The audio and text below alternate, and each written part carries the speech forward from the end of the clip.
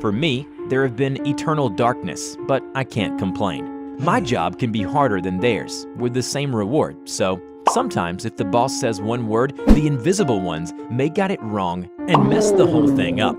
But not the ones like me. If we mess it up, suffering would be beyond words, so we should be prepared for anything. And for a demon, there aren't many cases to worry about. Hello everybody, I'm the Rubber. Today, we bring you the duty as a devil. Tonight, I have to make a visit. Some kids will go to an abandoned house to play Ouija for the first time. Big mistake. Why are humans always going through the most considerable pain just for fun? I haven't met the first soul who doesn't regret to have played Ouija. Humans are not worthy, but they're the rulers of the world, pieces in the god and boss's chess. We would be something like their knights. Do I love my job? Probably.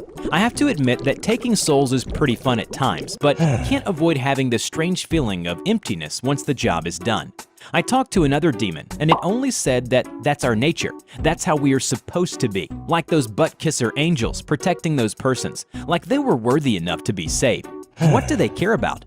Back to these kids. I see there are 3 of them. One of them is scared as hell. Typical. And I can sense their inner feelings. They all think that playing Ouija is cool. I actually like this ability to sense feeling. Ghosts only know they have to be scary and say boo. Pretty cliche though. And they don't even know where to touch them to make their world an actual hell. Well, the big one seems to be the leader. Fine, I will let him be the last victim. I have this way of working that boss likes, where I mess with the more innocent people rather than go with the ones that deserve it the most. It's like rewarding bad behavior, and considering where I am from, it's a plus. The kids start lighting some candles. I think the thing's serious. I love when the affected are young, since they only can have 2 paths: eternal damnation or a psychological scar for life, which isn't any better. They're trying to summon the ghost of the person who used to live there.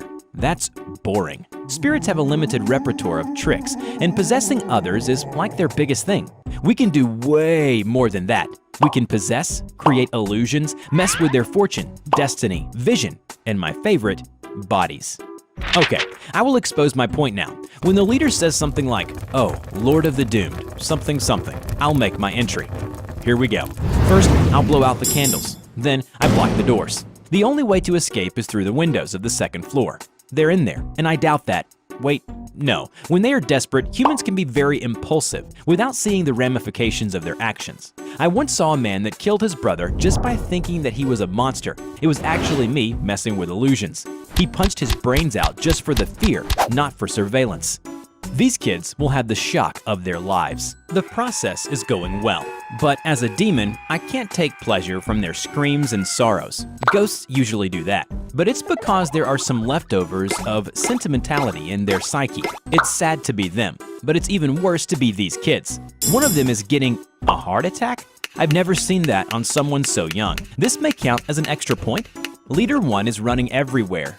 And here comes the, "I'm sorry, I'll never do this again. This was a mistake," and my favorite, "God help us." Well, there's no God in this house, only me. I analyzed the whole situation, and I know they are like 2 miles away from the nearest house, so there will be enough time to do my tricks before anyone realizes they're missing.